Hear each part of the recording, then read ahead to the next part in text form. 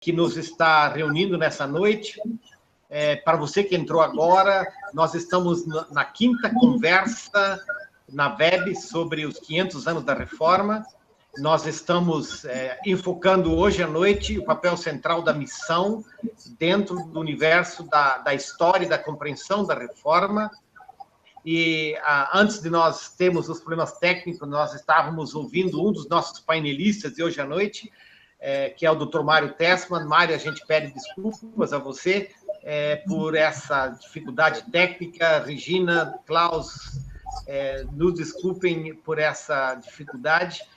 Mário, vamos retomar com você. Faça um resumo do que você tinha colocado até agora para nós e a gente retoma a nossa conversa, porque agora nós estamos ao vivo e estamos ao vivo com todos vocês que participam com a gente hoje à noite. Obrigado. Valdir, eu fiz agora há pouco um breve resumo. Eu não sei se tu chegaste a acompanhar. Não cheguei. Então então tá bem, toca adiante. Então eu acho que assim, como já estava no ar, eu acho que agora eu deixo para o Klaus ou a Regina, não sei quem é que está na sequência que entra, né? Sim, é o Klaus. Então tá, Klaus, é com você. Eu também agradeço a sua presença aí, de você que está nos acompanhando. De fato, como vocês perceberam, nós tivemos alguns problemas técnicos, mas agora estamos ao vivo. Você acompanhou um breve resumo que o Mário fez, e eu vou conectar com a conversa do Mário, no primeiro momento. Eu quero passar a linha um pouco daquilo que é a contribuição dos reformadores, em especial do Lutero, e trazer isso para algumas perguntas nossas hoje das missiologias contemporâneas. Na verdade, eu tenho me ocupado nos últimos tempos com duas questões, com dois tipos de perguntas, duas direções de perguntas. A primeira direção é em que medida o Lutero contribuiu, ou pode contribuir, continuar contribuindo para a nossa compreensão de missão. O protestantismo, em especial o luterano, ele tem, em algumas épocas, uma certa fama de que ele não valorizou muito a missão. Depois, mais tarde, sim.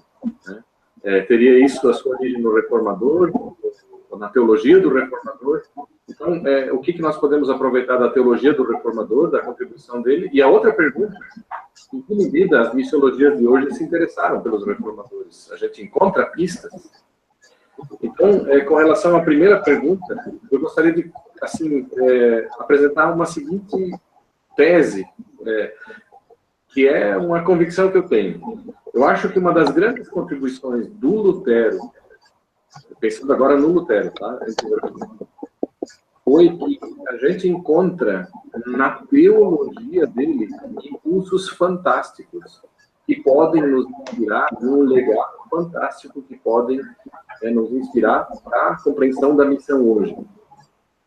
Só que a questão do Lutero é que ele escreveu os seus textos, teve ideias fantásticas, e ao mesmo tempo essas ideias não foram transformadas no tempo de vida dele numa espécie de teoria missiológica que nós temos hoje, que servisse para ativar toda uma igreja, como nós concebemos hoje.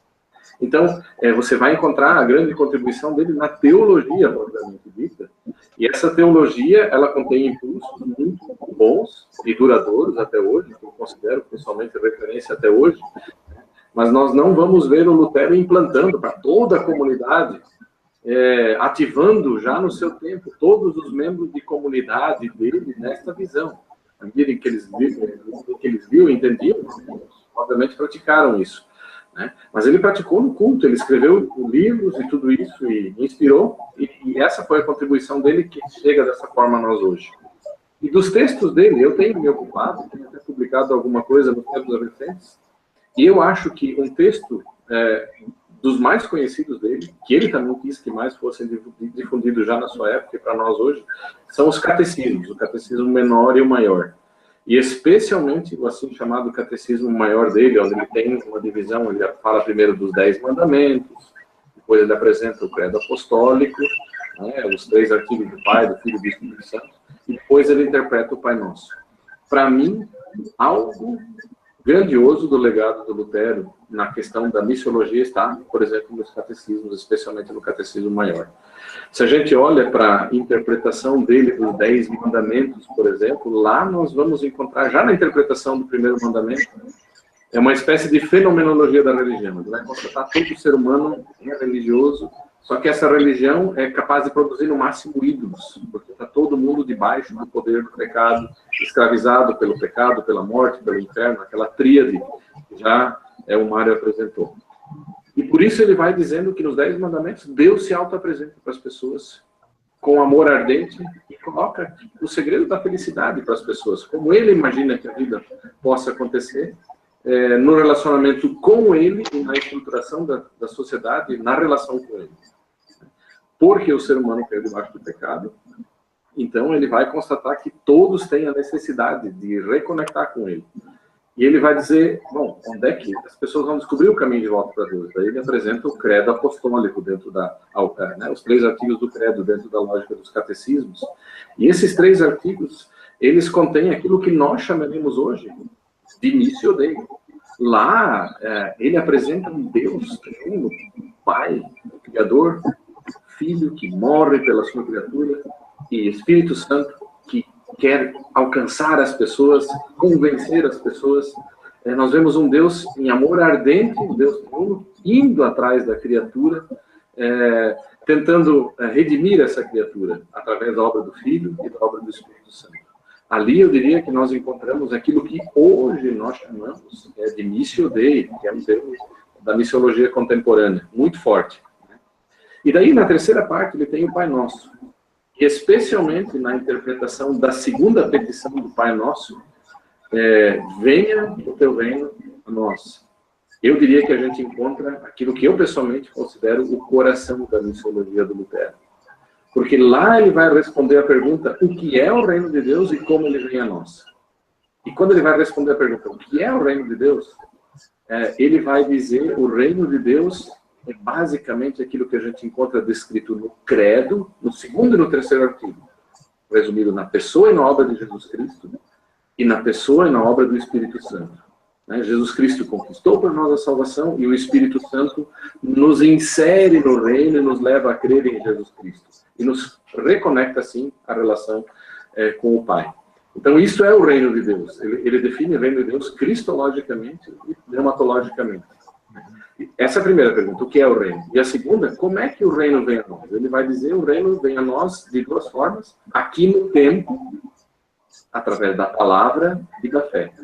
Sempre onde a palavra é pregada em lei evangelho, o reino de Deus está a caminho, a salvação escatológica de Deus está a caminho da gente. E a caminho de todos os seres humanos, porque Deus quer conquistar a todos. E ali onde pessoas creem, ele está chegando pessoalmente na vida das pessoas. E um dia, lá no êxodo, na segunda volta de Cristo, o reino vem a nós. E nessa parte onde ele diz como ele vem a nós, aqui no tempo, através da palavra e da fé, ele vai dizer, ele vai ter uma explicação. Ele vai dizer, olha, ele chega a nós, tanto os cristãos, de forma intensiva, para que nós sejamos aprofundados nesta fé, a partir da palavra, como também aqueles que ainda não fazem parte dele. E Deus quer que esse reino chegue ao mundo todo. Então, aqui, na segunda petição do Pai Nosso, está para mim a missão interna da igreja, a missão externa. Na interpretação dessa petição, você vai encontrar aquilo que nós chamamos hoje de missão integral. Né? O reino de Deus chegando em palavras e ações a todo mundo. Né?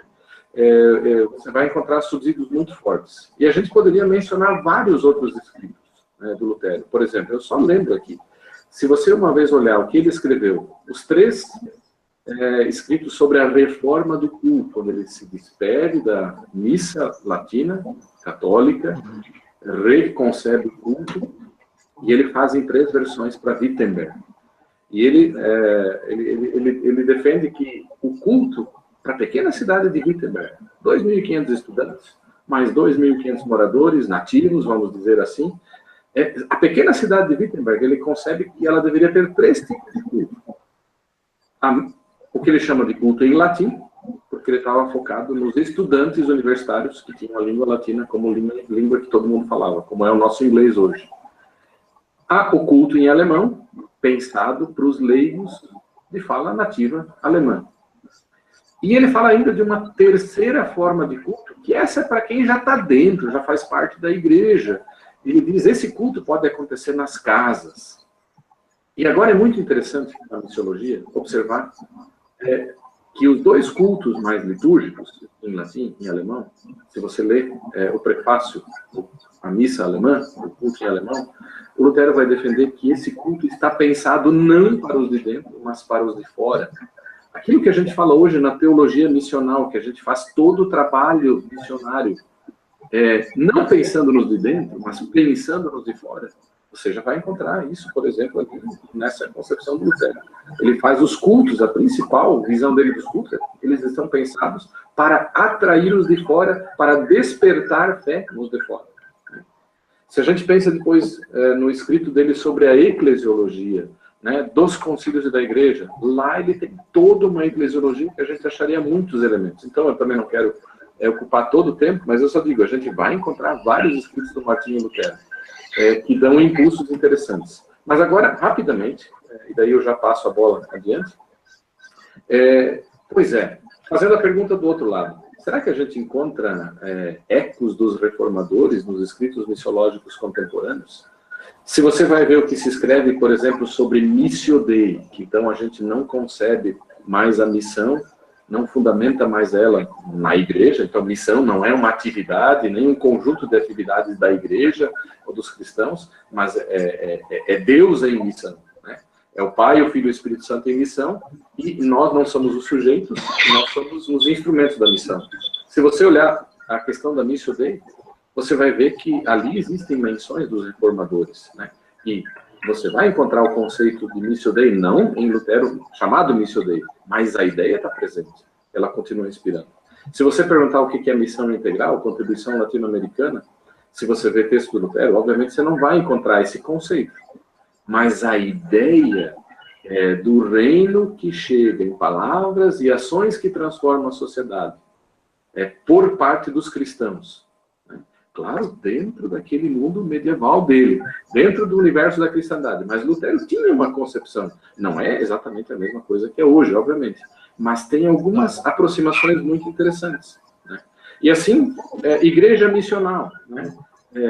Claro que não vamos encontrar esse conceito em Lutero, né? Mas tem aproximações, né? Então, eu só quero deixar uma pista e depois vamos conversar adiante, né? Então, eu vejo que, para finalizar minha fala, Valdir, né, eu acho que os reformadores, na sua teologia, contêm inspirações fantásticas. O que eu acho que Lutero não conseguiu fazer é levar toda a comunidade dele, no tempo dele, para dentro da visão dele, mas na teologia ele pensou longe e nos inspira até hoje. Tá bom, Klaus, obrigado por essa colocação. Então, Regina, você viu esses dois aí, né? Ouvi. Falando um pouco mais da perspectiva até histórica, você é uma especialista na teologia latino-americana. Uhum. Como é que você ouve eles? Quais são os ganchos? O que você colocaria para a gente? Tá, vamos tentar construir uns links aí, né? Então, primeiro, entendendo que a missiologia é uma área relativamente recente da teologia, né? De início no século passado, provocada lá por Edimburgo, né, as conferências de evangelização que surgem como uma demanda todo aquele movimento missionário do século XIX, XX, o chamado grande século das missões. Então, há todo um esforço por se pensar a missão a partir dessa experiência do grande século das missões. E esse esforço resulta numa missiologia, vamos dizer assim. Então, ela é criança ainda, enquanto área do saber, enquanto área do conhecimento. Mas me parece que ela surge já com uma crítica, de certa forma, à reforma, porque ela nasce desse empreendimento, a missiologia nasce desse empreendimento evangelizador, no sentido estrito do termo, né, de ir proclamar o evangelho. E ela surge com essa crítica de que a reforma não se envolveu diretamente com a evangelização dos povos não cristãos. mas se ocupou e se expandiu, né, e se desenvolveu mais em território cristão, levando agora essa fé protestante, né, ou a fé da reformada. Então, primeiramente, há essa crítica, num sentido estrito do termo, inclusive há missionários católicos da época da Reforma, se eu não me engano é Francisco Xavier, que fez a crítica, né, aos reformadores, dizendo que eles não estavam preocupados com os pagãos, com os povos não cristãos. Por isso, ele não se interessava pelo movimento. Há um texto, uma crítica dele nesse sentido. E a missiologia surge também com essa crítica. Eu penso que é nas possibilidades da teologia latino-americana, né, que a gente dá conta, que a gente consegue lançar um outro olhar para a reforma, porque é preciso olhar de forma mais ampla, de forma abrangente para a reforma, e não somente com essa expectativa de um envolvimento evangelizador no sentido de proclamação do evangelho para a conversão de pessoas que não eram cristãs ou povos que não tinham recebido ainda um trabalho, um esforço, um projeto de evangelização, como estava acontecendo na época no chamado Novo Mundo, aqui pelos jesuítas e dominicanos e outros que vieram aqui para essa região. Então, a missiologia latino-americana, que abriu mais o leque, abriu mais o olhar e possibilita entender a missão num sentido amplo, não somente proclamação do evangelho, mas de transformação da realidade, ela dá conta de enxergar na Europa daquela época, dentro de um contexto de cristandade, uma ausência de um envolvimento cristão efetivo, né? E aí, sim, dá para a gente perceber que a reforma, ao colocar a Bíblia na mão do povo, ao realmente possibilitar o povo protagonizar a própria fé, com o sacerdócio universal de todos os crentes, e fazer aquela transformação da realidade que a gente sabe que a reforma foi praticamente o braço ali religioso das transformações que aconteceram na Europa naquele período. Então, nesse sentido, podemos dizer que ela foi caracteristicamente e essencialmente missiológica, missionária, nesse sentido, né, de que houve uma transformação real, não somente da sociedade naquela época, mas uma transformação em relação à fé, à própria fé, de protagonismo na fé, né, de rompimento com aquele modelo que distanciava o povo das escrituras, que distanciava o povo da vivência da própria fé, né, então houve uma luta, um rompimento desse modelo, e as pessoas, então, passam a participar da própria fé, a ter acesso às escrituras, a fazer oração na sua própria casa, né, e a participar do próprio evento litúrgico e também protagonizar na liturgia da igreja. Aí, sim, nós percebemos que ela foi completamente missionária, não tem como não ser. Aliás, se há uma característica que a reforma protestante traz em si, é o fato de ter sido missionária. Nela se realizou aquilo que afirmamos ser a missão da igreja, com todos os problemas que ela possa ter tido, problemas de época, né? Não tem como, até hoje, ao vivenciar a missão, nós temos as dificuldades do nosso próprio tempo. E a reforma também teve suas dificuldades próprias do tempo em que ela se deu, né? Não dá para esperar muito mais além disso, mas ela foi libertadora. E foi libertadora, ainda que no contexto de renascimento, mas o discurso libertador foi um discurso de fé, né? Foi um discurso de Bíblia, de colocar a Bíblia no centro dessa fé, no centro da vivência cristã, né? Então, foi uma libertação pela via teológica, pela via da fé, do discurso religioso. Essa foi a grande contribuição dela e a mudança, de certa forma, que ela realizou naquela época. Nesse sentido, sim, dá para ver, mas no sentido estrito da evangelização, de sair proclamando e fazendo conversos, né, conquistando pessoas para o cristianismo, que não eram cristãs, aí nesse sentido realmente é difícil comprovar isso. Mas hoje entendemos que não é isso missão da igreja. A missão da igreja é muito mais do que isso, né? É toda a ação e movimento da igreja em função do evangelho de Jesus Cristo, para fins, por meio desse evangelho, de transformação da nossa realidade sócio-histórica, né? E isso não dá para negar, e ninguém consegue negar que ela não fez em sua época. Não somente a reforma lá promovida, né, ou liderada por Lutero, mas Calvino, o próprio Zwinglio e principalmente os anabatistas. Eu falo principalmente porque a missiologia latino-americana, ela dependeu muito, ela bebeu muito dessa fonte da reforma anabatista, né? Então ela traz também esses elementos meio radicais do movimento radical.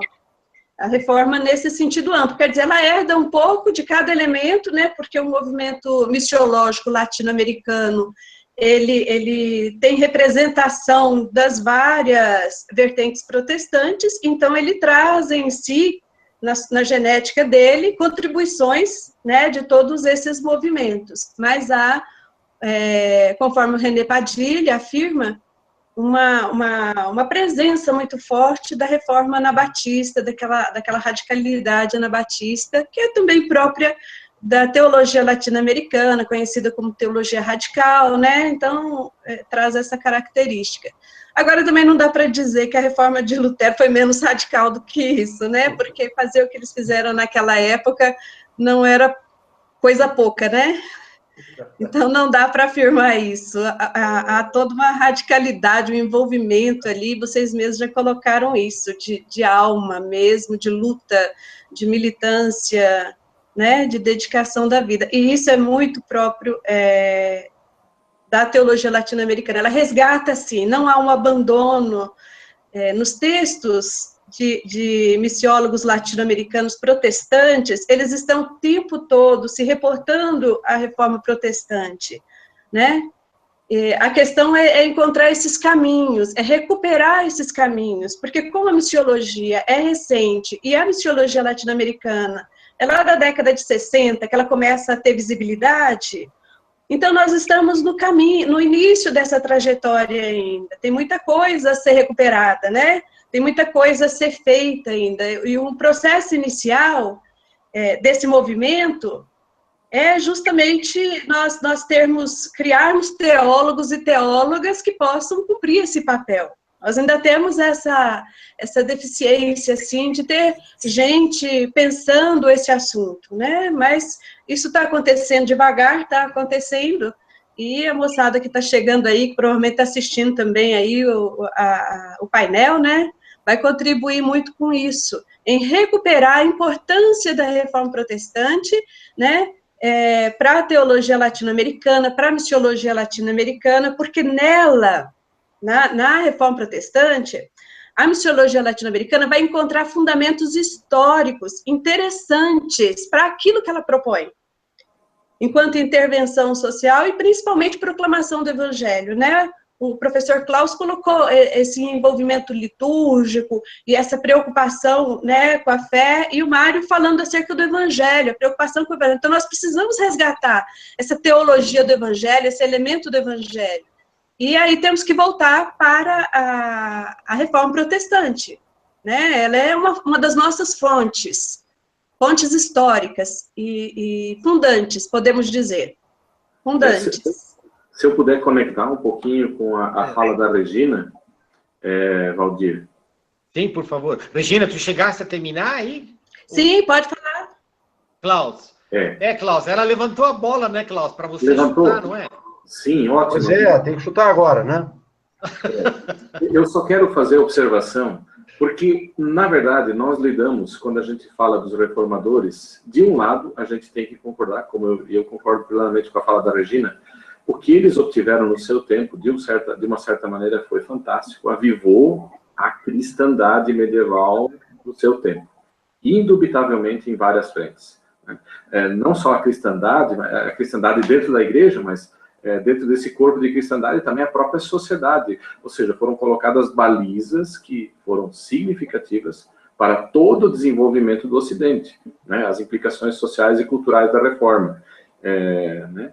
Que hoje a gente, às vezes, resume na América Latina, bom, é missão integral, né? Ele transformou a sociedade, a reforma transformou a sociedade.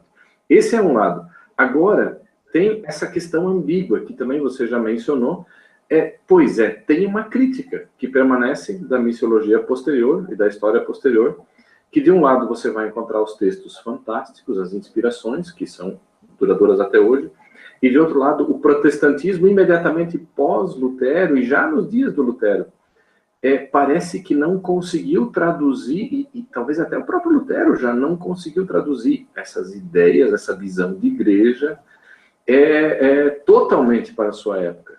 De maneira que logo nós temos o período da ortodoxia, e determinadas ideias do Lutero, né, por exemplo, a visão do sacerdócio geral, aonde ele implantou isso na prática? Claro, ele convidou os nobres do seu tempo a assumirem um protagonismo na reforma, porque eles eram batizados, cristãos, então ele os chamou de sacerdotes, né, do seu tempo. E por isso ele conclamou eles para ações sociais.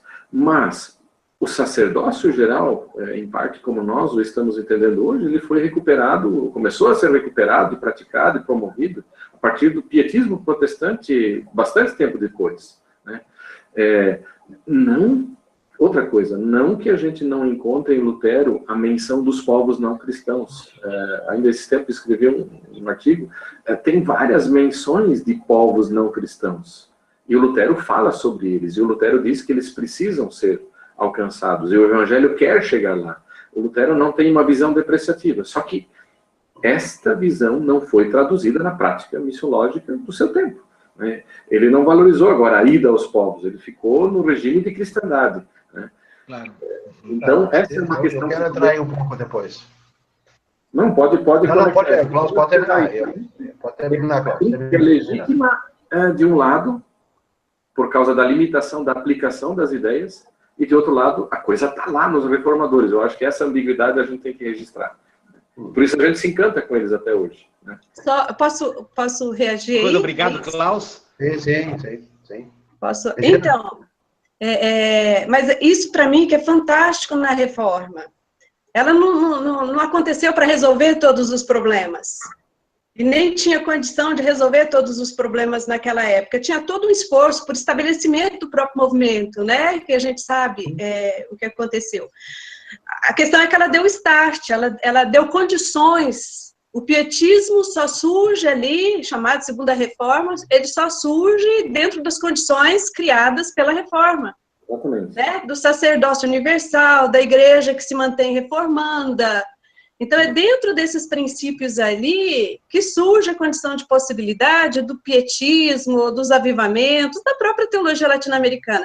O protestantismo, ele ganhou essa vitalidade com esses princípios, de se refazer, de se autocriticar, né, o tempo todo, de se repensar, né, acho que essa é a principal novidade dela e a principal contribuição para o cristianismo de um modo geral. Né, de desenvolver mecanismos da gente não deixar a coisa parada, como você disse, de não conseguir realizar coisas, mas vem outro movimento que consegue, então, avançar naquilo que, às vezes, eles não conseguiram. Né? Acho que isso é fantástico na reforma. Mário, tu ia entrar aí também. Obrigado, sim, Regina. Sim. A gente está, como vocês estão vendo, né, a gente está tendo uma conversa riquíssima hoje. Vamos ouvir o Mário? Eu só, assim, o Klaus já mencionou isso, né? A Regina também agora volta a isso, então, assim, não quero ser extensivo nesse assunto, mas a gente sempre tem que lembrar, assim, o que é o potencial de um movimento e as condições socio-históricas, assim, onde esse movimento pode se desenvolver. Então, quando a gente fala hoje da reforma, está trabalhando muito mais na perspectiva do resgate dos seus potenciais.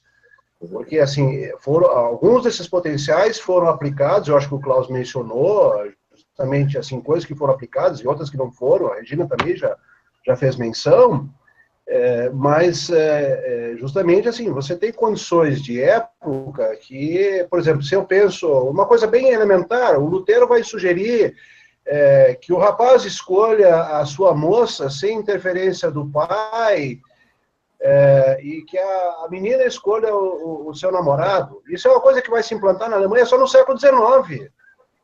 Mas Lutero lançou essa ideia no século XVI. Passam-se 300 anos para dentro do romantismo na Europa, então se ter essa noção de que, vamos dizer, essa escolha é possível. Então, nesse sentido, vamos dizer assim, os reformadores, eles vamos dizer assim, eles lançaram ideias fundamentais a partir do resgate, vamos dizer assim, em função da escuta que tiveram das escrituras, da busca vamos dizer assim, dessa vivência do evangelho dentro das suas condições, e lançaram esses impulsos, não apenas para a sua época, que alguns foram realizados em sua época, mas ficam como, vamos dizer assim, como legado permanente, a meu juízo. Então, nesse sentido, eu entendo a reforma como uma tarefa absolutamente inacabada. Eu acho que se a gente pudesse dizer hoje, espero que alguns não me ouçam, mas eu vou dizer, Lutero jamais foi um luterano. Né? Lutero jamais foi um luterano, porque se você pensa na organização com passos fixos estabelecidos, nesse sentido, Lutero sempre foi um homem em movimento. Uhum. Você pensa, por exemplo, o que ele escreve sobre determinados grupos, por exemplo, numa certa época. Por exemplo, o que ele escreve sobre os judeus num determinado período, de uma forma extremamente positiva. O que ele escreve 20 anos depois, de forma extremamente depreciativa, que a gente tem que dizer, olha, queremos distância dele. Ele foi uma pessoa em movimento com as suas ideias, ou seja, aberto a novos conhecimentos, ou inclusive perdendo bons conhecimentos que ele tinha adquirido no passado. Sentido, essa dinâmica me parece justamente o espírito que move tanto Lutero, Calvino, Zwinglio, cada um dessas figuras, e dos tantos outros protagonistas que nós não conhecemos os nomes, né, que são anônimos nessa grande jornada da reforma. Homens e mulheres. Né? Agora, com a marca sempre de novo de que o evangelho, a palavra redentora de Jesus Cristo, é o start dessa jornada. Nesse sentido, quais como de formação de comunidades de fé. Então, me parece que essa é uma marca. Claro que tem muita coisa para ser feita a partir disso. Né? Então, queria apenas destacar esse aspecto, né? Ou esses aspectos. Regina, uma o Nelson, ele fala, ele diz assim, podemos dizer que o que temos das ideias na missiologia atual foi levantada por Lutero, porém em outra linguagem, né? Em parte, eu acho que o Klaus aportou isso também, você pouco levantou esse assunto, não foi, Regina? Sim, a missiologia latino-americana, o berço dela, as origens dela ela é protestante, né? E segue todos aqueles movimentos que acontecem dentro do protestantismo, mas, como eu já disse, por causa das possibilidades da reforma. E ela traz no discurso dela muitos elementos lá da reforma protestante, ela recupera, porque se ela tem essa proposta libertadora, no caso da missiologia evangélica, numa perspectiva integral, né, ela bate o olho lá e enxerga lá um modelo, né, de realização, de transformação de uma realidade que serve de inspiração para ela aqui. Né? Isso também está na gênese dela, enquanto movimento. Ela surge, a missiologia evangélica latino-americana, ela é filha dos evangélicos latino-americanos. Os evangélicos vêm lá daquele movimento do evangelicalismo que surgiu lá na Europa, na Inglaterra, por conta dos avivamentos que aconteceram lá, metodismo. O metodismo é filho lá do movimento puritano, junto com o pietismo, que são movimentos que vêm lá da reforma, então dá para traçar toda uma linha histórica de onde ela vem, e teológica também, né? E teológica de onde ela vem.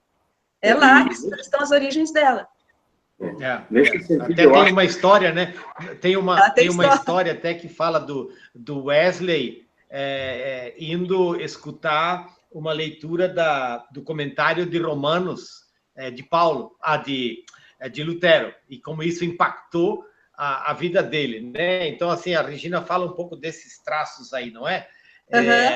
Klaus, você ia falar, eu lembro um pouquinho só também o nosso horário, a gente tem aí uns 10 minutos, então quem sabe a gente já vai buscando assim o nosso final. Klaus, você teria, né, uma palavra, o Mário e a Regina, para a gente ir, de alguma forma, concluindo esse nosso tempo.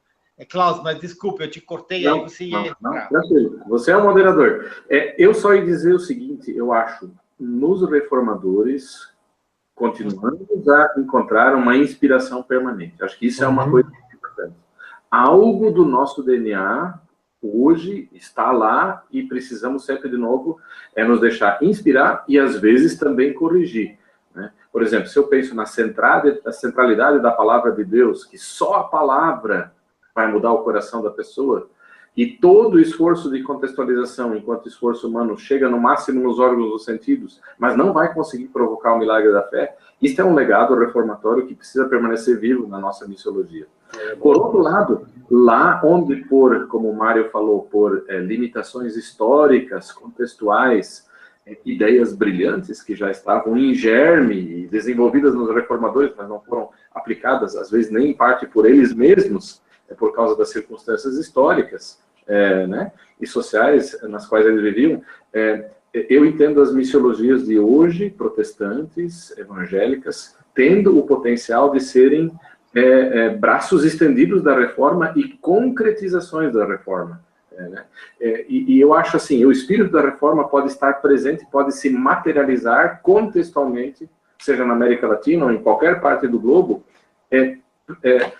permanecendo dentro de um DNA teológico da reforma protestante, dos reformadores. Né? Então, isso eu acho fantástico, a missiologia. Se eu leio, por exemplo, vários escritos contemporâneos, a gente percebe, essas ideias não estão em nada obsoletas. Se eu leio, por exemplo, o que o Tim Keller escreve sobre contextualização, né? O desmascarar da idolatria de cada tempo e o levar o evangelho para cada cultura. A gente já vê isso nos reformadores, de certa maneira. Eles fizeram esse desmascarar dos ídolos da sua época. E, ao mesmo tempo, traduziram o evangelho e a palavra de uma forma cativante. E eu termino lembrando só um exemplo dos mais vigorosos da contextualização que o Lutero fez e que a gente, às vezes, nem se dá conta. Não sei se o público sabia, mas quando Lutero traduziu a Bíblia, primeiro o Novo Testamento, depois o Antigo, já havia, na época, não é que faltavam traduções, haviam mais de 40 traduções para os dialetos locais. Não faltava tradução, mas a dele vingou porque ela foi no coração, a linguagem do coração daquele povo, e se tornou a Bíblia que se tornou mãe do alemão moderno. Mas não era por falta de traduções. Isso mostra a força de uma linguagem teológica que atingiu o coração, de uma tradução da Bíblia que atingiu, foi tão contextual que atingiu e se tornou inspiradora para a própria língua alemã. Isso é um exemplo de contextualização. Então, reforma como inspiração, às vezes como corretivo contra as nossas tendências de secularização, e o eterno lembrete. A contextualização, em nível humano, a gente pode fazer tudo, traduzir da melhor forma, mas o milagre só Deus faz. A chave para os corações, só Deus faz através da sua palavra em lei e evangelho, testemunhada em palavras e ações ao mundo de hoje, em qualquer lugar e qualquer contexto. Então, aqui eu passo a bola para os outros agora. Tá bom, Mário, você quer entrar? Posso entrar, Valdir? Tem alguns minutinhos só, né? Tem. Pode, fica tranquilo. Tá bem, Fala aí tá a bem. tua... Tá bem. Eu queria justamente, assim, seguir nessa mesma linha que o Klaus já colocou, e está presente, assim, em cada uma das nossas falas aí, do Klaus, da Regina, também das suas, justamente esse aspecto de que o evangelho é justamente um fenômeno, vamos assim, transhumano. Tá? Ele não pode ser proporcionado, vamos dizer assim, por empenho humano, por dedicação humana. Ele é uma palavra que vem de fora. Que vem de fora e alcança o ser humano na sua existência, seja ela qual for. Então, essa caracterização vamos dizer assim, da teologia reformatória como uma palavra que vem de fora, que não brota dos nossos empenhos, que não brota justamente, vamos dizer assim, daquilo que a gente é capaz de elaborar mentalmente ou conquistar eticamente, mas é o milagre do Espírito Santo, e isso é marca inerente da reforma. Então, uma palavra que pode servir de meu consolo, pode ser uma palavra que me julga, uma palavra que me orienta, mas é uma palavra que não me pertence, ela pertence a Deus. Então, os reformadores, nesse sentido, vamos dizer assim, tiveram um zelo de deixar claro de que Deus é Deus e o ser humano é ser humano. Então, essa distância tem que ficar clara entre Criador e criatura. E, a partir disso, vamos dizer assim, o empenho da reforma, ele é um empenho de época para esse evangelho, né? Ele é um empenho de época, e a gente não deveria perder esse impulso, vamos dizer assim, de hoje trazer para nós as necessárias contextualizações. O Klaus há pouco mencionou, eu não sei se eu ainda posso dizer isso, essa tradução que o Lutero fez do Novo Testamento. O Klaus pode me corrigir, ou algum de vocês pode me corrigir, mas justamente nessa primeira tradução, Lutero, por exemplo, não coloca a palavra igreja, ele coloca a palavra comunidade. O grego, eclesia, que a gente traduz por igreja, ele coloca como comunidade, ou seja, ele ousou dizer a palavra igreja, ninguém mais entende. Então, isso é o tipo de contextualização necessária que a gente precisa, vamos dizer, aprender desses impulsos reformatórios. Quais são as nossas contextualizações necessárias? Ou quais são as contextualizações inadequadas que nós hoje temos? Então, vamos dizer que toda teologia, ela tem um impacto, ela tem um envolvimento contextual, é inegável, é inevitável. Mas quais são aqueles que são fiéis justamente ao propósito do evangelho e quais são aqueles que são inadequados? Então, esse discernimento é um discernimento contínuo no trabalho teológico, na prática pastoral, na vida da igreja, né? Então, e eu acho que isso a reforma nos ajuda. Ela diz, olha, não dependam do espírito humano para fazer essas coisas, mas busquem o Espírito Santo, o guiado Espírito, para fazer esse processo. Então, nesse aspecto, a reforma ela é muito teocêntrica, e com isso, assim, eu queria fechar essa parte. Obrigado, Mário. Regina. Bom, eu penso que temos que fazer um esforço, e até aconselho quem está aí ouvindo também a empreender isso, de recuperação dessa inspiração da Reforma Protestante para a teologia latino-americana, que é uma teologia caracteristicamente missiológica. Isso é uma característica da teologia latino-americana, ela é missiológica, né? E, por outro lado, a missiologia latino-americana, que se afirma latino-americana, ela é muito teológica também, graças a Deus. Então, buscar na reforma essas inspirações, né? A inspiração não somente doutrinária, que é essa preocupação que a gente fica, às vezes não quer recuperar esses elementos, e quando recupera, faz somente com o olhar doutrinário. É preciso lançar um outro olhar para a reforma protestante, para a atuação e ação dos reformadores, né? Buscar em Lutero aquele princípio da liberdade que ele defendeu, né? E a luta toda lá dos anabatistas, a preocupação com as escrituras que o Zwinglio teve, de aprofundamento, de dedicação, e também aquele espírito pietista lá, que o pessoal chama de segunda reforma, né? O espírito pietista de renovar, de fazer a crítica, ter a coragem que eles tiveram de fazer a crítica à própria fé, né? E nessa crítica, o milagre que o Mário está falando acontece. É o momento que a gente abre, que a gente se humilha, reconhece que a gente não está fazendo tudo que podia, nem está vivendo a fé da forma que deveria, e o milagre, então, acontece porque é nessa humilhação que Deus age em nós, né? E também na coragem, no atrevimento de fazer mudanças. Precisamos de mudanças. Precisamos de mudanças. E mudança é a missão da igreja. E precisamos, então, de inspiração para a força, né, dessas mudanças, para essas mudanças.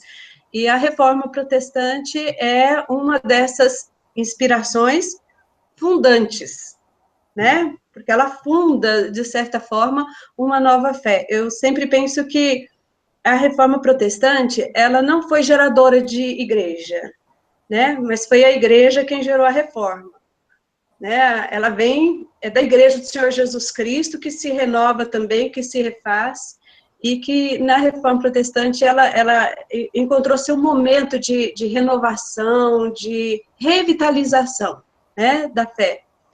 E é essa, de certa forma, a perspectiva que a gente tem para uma missiologia transformadora na América Latina. Não esquecer as nossas origens, não abandonar os nossos marcos, e marcos tão importantes para a nossa fé, como tem colocado os CLADES, os Congressos Latino-Americanos de Evangelização, eles sempre começam dessa maneira: não podemos abandonar as nossas origens, onde as coisas começam, onde a nossa fé começa. E um desses marcos históricos fundamentais é a Reforma Protestante, né?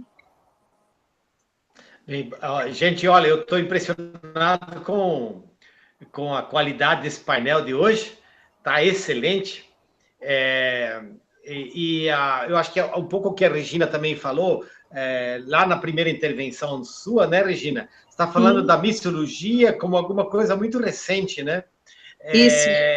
E a gente está falando da reforma com 500 anos. Então, fazer essa conversa, né, é uma conversa extremamente importante, né, de ser feita, até para a gente fugir de um viés, de uma missiologia mais gerencial, né, para dentro de uma compreensão mais profunda, né? Eu acho que algumas das pérolas que a gente lançou aí hoje nessa nossa conversa, né, eu acho que uma delas é a pérola da palavra, né?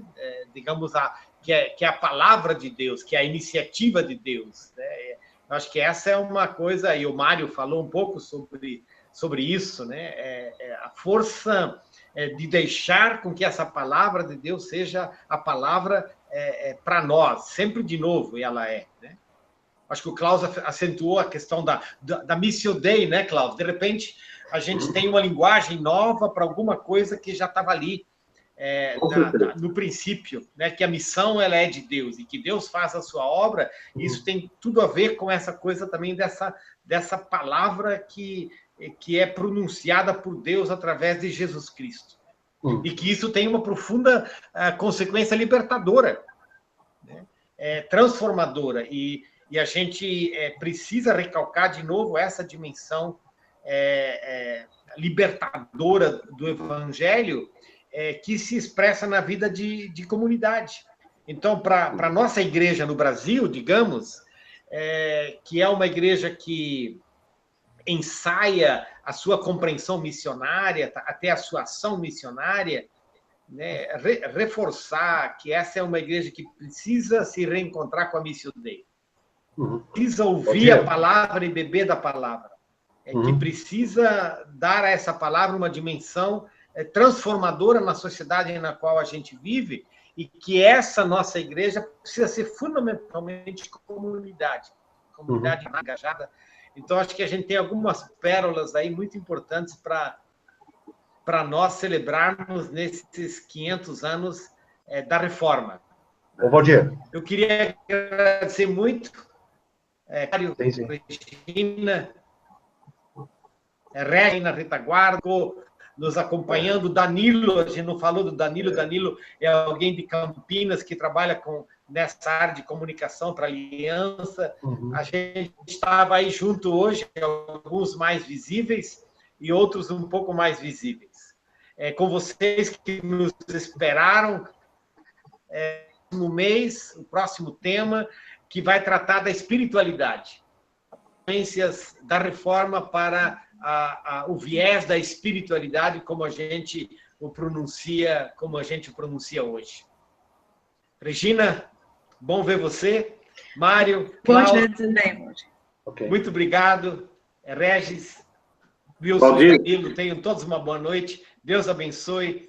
E pelo grande privilégio de ouvir vocês três aí hoje, a nossa celebração. Valeu. E a nossa gratidão. Glória a Deus. Isso. Okay. Valeu, muito obrigado, Valdir. Valeu, Valdir. Eu posso terminar com uma citação do Lutero? Obrigada. Fala, Lutero, fala. Vamos terminar com chave de ouro, citando o homem, né? Eu vou falar também, Valdir. Tá bom. Na verdade, não somos realmente nós aqueles que estariam em condições de sustentar e dar continuidade à igreja. Também os nossos antepassados não o foram. Os nossos descendentes também não o serão. mas ele foi, ainda o é e ainda o será, a saber, aquele que diz: eis que estou convosco todos os dias até a consumação dos séculos. Lutero. Amém. E a gente faz disso a nossa oração. Tá bem, tá bem. Tá bem? Amém. Valeu. Valeu. Isso. Obrigado. Valeu, Obrigado. valeu. Um abraço. Abraço. Um abraço, gente. Valeu, igualmente. Tchau, tchau. Tchau.